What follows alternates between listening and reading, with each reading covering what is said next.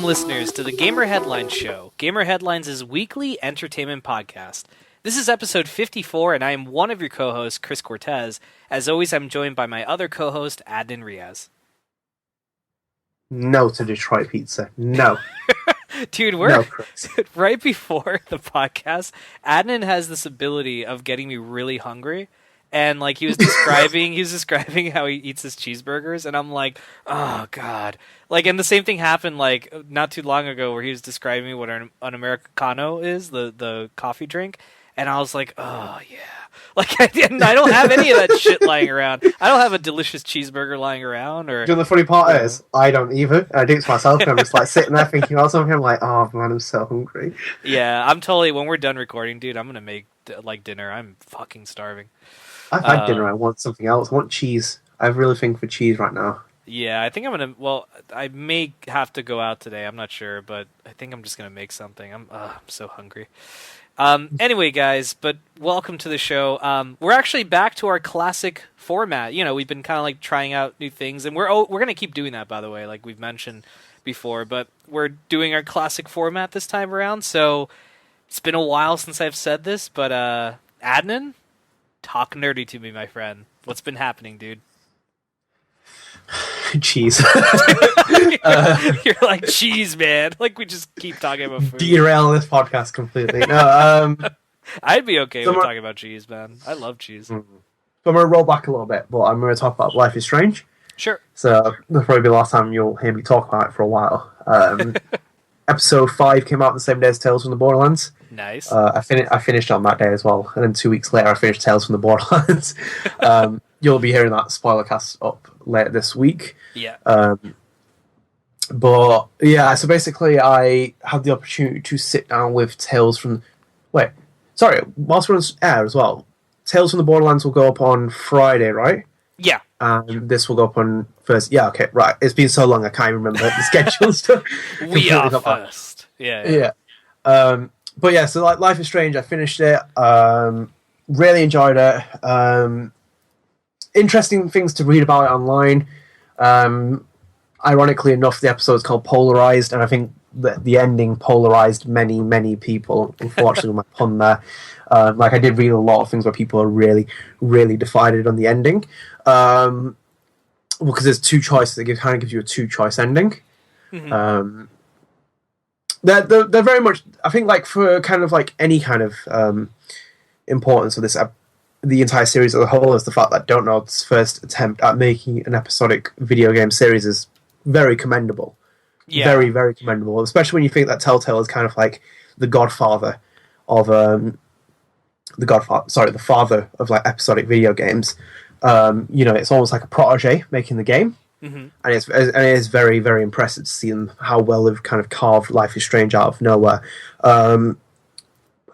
I think like overall the episodes do quite well. Pacing it's there. It's got good pacing on it. I think I never got to the point where I was really kind of winded down a little bit. I've spoken to Chris about this, but I love the fact that it kind of goes back to an old school Walking Dead season 1 style, where you have more time to kind of like interact with the world. Right. A lot of freedom to walk around. It's not like Tales from the Borderlands and Game of Thrones, where it's like one long, drawn-out cutscene that keeps rolling with the choices being presented on it. It really doesn't have that many kind of interactions. Because you'll see Telltale's kind of like doing a lot more quick-time events and stuff. But with like Life is Strange, it's like simple gameplay, like, you know, puzzles and like things here and there. Mm-hmm. But no, like I think like overall, how much I paid for it, like £15, I think it was, 5 episodes. I'd probably say around about 14 hours, 15 hours. Mm-hmm. Bare minimum. If you play like I did, which I was spending a lot of time like walking around the world and like picking up things and searching for Easter eggs and stuff. It was really, really good for time consuming as well. Limitations are there. I think there were kind of like a lot of problems with it. I don't really find the ending a problem. I thought it was kind of satisfying. I think I've said like in another review that I've done for another place, the fact that I called it ending B, I was like, it's a little bit underwhelming, but at the same time I appreciate it for what it was. It didn't need to expand more than what it was. I think that the other ending as well I watched as well, that one's kind of a bit more of a filler one.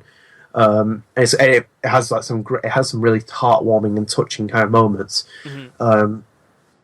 But I did enjoy that. I think it's got great potential. I think a lot of it was hindered by kind of like early signs. I think like quality assurance testing would have been really helpful in terms of finding out where the lip syncing was off, and obviously the dialogue was pretty kind of like it was bad at first to start off. It was very B-rated and Right. cheesy. Right. I think there's a really funny one as well. I noticed that no one swears really in this game, but when they do swear, it sounds really awkward. Um, Like the I actors mean, just want to like unleash and be like, "Fuck!" It's like, yeah, can you do that a little bit calmer? Yeah, yeah. It's kind of like when Cars does it in MGS5. Let's take get the fuck out of there. It's like, it is very kind of like over theatrically done, like some of the acting, but it is really good though. Nonetheless, I still enjoy how they do things. I think the characters are really memorable. Max, great protagonist. Same with Chloe as well. Great two female lead that they had there, running the game. I think they're really memorable, enjoyable, complex. Yeah, I mean, like I think even in episode 5, I think I noticed that Michel Koch, the Cody game director, is in the game. I think he's one of the characters, like the non-playable characters walking around the museum. Oh, that's so cool The when they archive. do that. Yeah, I sent a tweet of the picture, but you didn't really reply. But I think it is definitely him though, because he's got the ginger beard, the glasses, and everything. It looks like him. That's why I just stopped for a minute when I walked past him. I was like, "Wait, is that him?" So yeah, I definitely think it is him. No, but I really enjoyed it. Though. I recommend it fully. I've said like a million times, it's probably the sleeper hit of 2015 for me. Definitely Game of the Year material written over it. There are problems, yes, but I'll give it kudos to a lot of areas. I think Ashley Birch, Hannah Tell, they should deserve, rightly so deserve game voice acting nods at any kind of award ceremony. And same with kind of like the story thing. I think one of the best things about this game was the fact that how consistently it was released, and how well it was received, how it built up a fan base. I think it probably definitely surpassed Square Enix's expectations for the game. Including as well, Don't Know as well. It has got a huge fan base on Tumblr and everything else. It's a big game. But yeah, overall, really good. Definitely solid. Definitely a solid 4 out of 5 at minimum. Nice. Yeah. Very cool. Yeah, I've heard really like now that the series is over, there's been a lot of articles, and like opinion pieces and like big spoiler casts being released, and I've heard really like just general positive vibes from this, and I think the biggest thing that what I've heard, through the grapevine, is that people are just really taken back at how this is like the first time this company has made an episodic game series, and for their first like freshman take on game series, they did a remarkable job, like a really commendable job. So that's awesome, dude. And yeah, you were there, man. You stuck through it. I remember like the first time you bought the season pass, and you're like, "Oh, dude, it's good." Like, yeah, and you're like, "Yeah." So it's just been consistent. Like I go from episode to episode remembering everything. There's that 8-week release window. They've pretty much nailed it every time. A bit off, a little bits, but like they've definitely had my kind of attention for it, because they've never like really lost me in like the fact that it's released. Like that Tales from the Borderlands gap we were talking about on the spoilercast, where it's episode 1 was released in 2014, and then halfway into 2015, episode 2 is released. And it's like, what the fuck is going on there? You can't justify that in any way. Episodically, it needs to be released in a consistent stage where someone remembers something. right. But yeah, it is really fantastic, and it's got a cool soundtrack, got really unique visuals, and great storytelling, great themes it touches on, like really interesting themes as well. I think it resonates really well because of how it feels very homey and like down to earth when you can remember those like little things, like the little meaningful decisions and the really shitty decisions and all the drama and everything else. It's a great game. Really recommend it. Nice. It's such a great game for casual gamers as well. If you've never played a game and you want to know what it's kind of about, like great way to start. But I think like even one of the best parts is like I was thinking about this, like the character Jefferson, like in the first episode, that's Max's teacher. He kind of like Max takes a selfie of himself, and then he kind of like he's like, "Huh, a selfie! Like don't even like appall me about this." And it's kind of like it's that kind of like attitude you have towards certain things, like selfie, I'd never do that. And then next minute, selfie's like the biggest thing possible, and like selfie sticks and everything else. It's kind of like you want to rub your head a little bit, but it's very much true.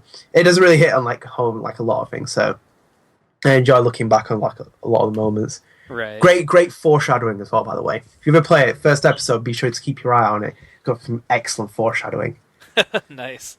That's good advice. So listeners out there that are curious about this game, foreshadowing. It's gonna be big. Uh, but uh, no, on the flip side, dude, for me, I've been playing a few games. I know it's been a few weeks since we've done spoiler cast, so I just kind of wanted to give very brief, because if not, we'll be here all day. Like takes on all the games I've been playing. So no, I think it was last week. Halo 5 came out, and so I ended up picking that up, Halo 5 Guardians. And yeah, dude, I really dig it. I think it's I know there's a lot of now. Keep in mind, for those listening, I'm not a huge Halo fan at all. I mean, I'll put it this way: I've played the main games in the series. I don't know much of the mythology. I don't read any of the books or the comics or anything like that. So I don't know like what Master Chief did in between Halo 2 and 3. You know, like or what is it 1 and 2 or what? I don't know. I don't know anything that's happened. Wearing that cloak. Yeah, apparently, like, wearing that cloak, hanging out, I don't know. But, like, I do like the games, and I've always liked the gameplay, and I've always, found the story. Was more of a Gears of War type of guy when it came to, like, Microsoft, like a Microsoft exclusive. But, no, that being said, I think it's a very fun game. I think the gameplay is pretty solid. Obviously, you could tell they took a lot of their inspiration this time around on things like, Call of Duty and a lot of other FPSs. Like they've been trying to incorporate that. What do you think of the story? I've heard very, very mixed things about the story. Yeah, I haven't finished it yet. I think I'm about halfway through the campaign, I think, roughly. So I haven't like beaten the game so far, but halfway through, I mean, I think it's all right. I mean, it feels like the Halo 2 for this trilogy or saga, whatever they're calling it, the Reclaimer thing. I feel like it's the Halo 2 of that because, I mean, they're introducing. I mean, they even have the Arbiter even comes out in Halo 5, and like his first appearance was Halo 2, so he skipped Halo 4. He's in this one now, and the story is okay so far. I mean, it's I really like the new character Locke. I think he's really cool, and I think yeah. Sorry, in the criticisms I've heard a lot about it, is that Master Chief's run about 4 missions ish. Yeah, I mean, so far for me, it's been pretty even. Like it's been like here's like a few missions as Chief, or you start off with Locke. That's the opening of the game. Then you switch to Chief. Then you switch back to Locke for a little bit. And then you're like, I think it's like 2 or 3 missions with Locke. Then you go back to Chief for a little bit. Yeah, Chief is used sparingly. I guess I would have to really beat the game first and then go back and look. But for me, it's not jarring. It's not like God, where's Chief? Like he comes out, I'm like, oh hey, there's Chief, and then you kind of like go along with it. But yeah, the story is more focused on Locke. Yeah, like I think he's more prominent, and that's why they got such a big. Not big actor, but they did the whole scanning thing, and they got someone in there. Chief is cool though. I think I think it's fun what he's doing in the game, and but yeah, I don't know. As a not hardcore Halo fan, I've heard people say shit like, "Oh man, like it's it like ruins the Halo saga," and I'm like, "Damn, I really got to beat it." It's something to say, something like. I'm like, I'm not a Halo fan, but I really love the dynamic and the marketing behind it. It's like, Master Chief is the traitor, possibly. Right. Spartan Locke's the Spartan hunter, and like everything else, and they're kind of building into that. Which side do you trust? Who do you believe? Etc. Etc. I thought that was a really cool dynamic they were playing for. Yeah. In Halo 5, but then hearing kind of the criticism, like, really? Again, another like as 2015, another main protagonist being sidelined a little bit. Yeah. The other being weird. Yeah. I wish like Spartan Locke just like ripped off his mask. He's like, and I'm Spartan Locke too. That's the twist. They're all Spartan Locke underneath the helmet. Yeah. But anyway, to move on, because I don't want to spend too much time on Halo 5. But yeah, I'm digging it so far. I also got to pick up, and I say also got to because I was given an opportunity, but I was allowed an early Christmas gift from a family member. And honestly, I didn't really know what to get, and they suggested a game. Is there anything you want to get? And I'm like, you know what, man? I'm gonna get Assassin's Creed Syndicate. So I, Boo. so I got Assassin's Creed Syndicate as a gift, and dude, I have to say I'm actually really digging it. It's definitely Mm, something I wouldn't pay full price for personally, if I had bought it. But I honestly, dude, I mean, I'm very early in the game still, but I'm having a lot of fun with this game. It's very un Assassin's Creed Unity, and also to say to our viewers, no, like when I first played Assassin's Creed Unity, the French couple fell from the sky, first fucking screen in the game. Syndicate, a London family or couple did not fall from the sky, so I was so happy. I was bracing myself, like something's gonna fall from the sky.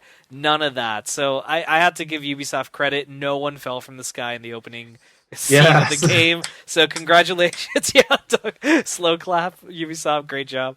But no, dude, I need to really get into it more. I feel like there's definitely more of that game, but I really like the new combat system. It's very fun. I love the line launcher. I think it's really cool. It could use some tweaking though.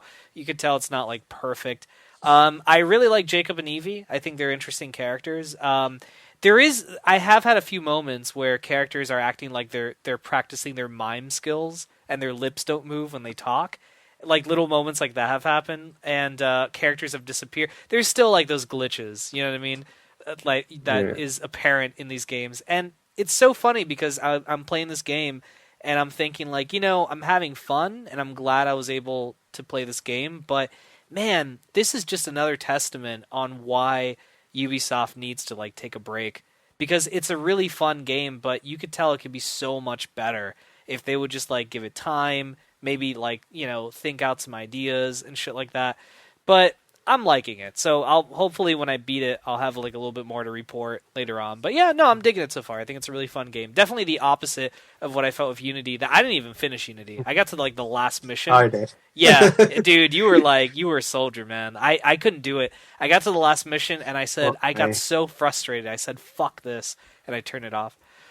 It's a Um, good thing you didn't get to the last mission because that pisses you off even more. you told me It that. really I'm does. like, Like I'm when you glad. realize what the twist is and like kind of the character that dies as well, you're like what? The Yeah, best character in the fucking game dies. It's like, I oh, YouTubed sorry, it, man. I Yeah. had to, yeah, I had to spoil that, but basically, Elise dies, and it's like, fuck me, like she's such a cool character. It's like, yeah, Yeah, great, we'll just make it cliche.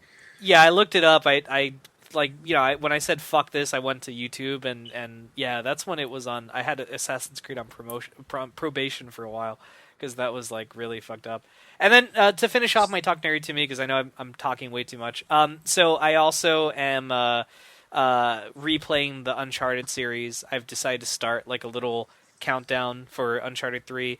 And so I'm gonna play the three main games, and I'm also gonna play the Vita game, and I'm playing them chronologically. So right now I'm on the Vita game, which is chronologically the first in the series.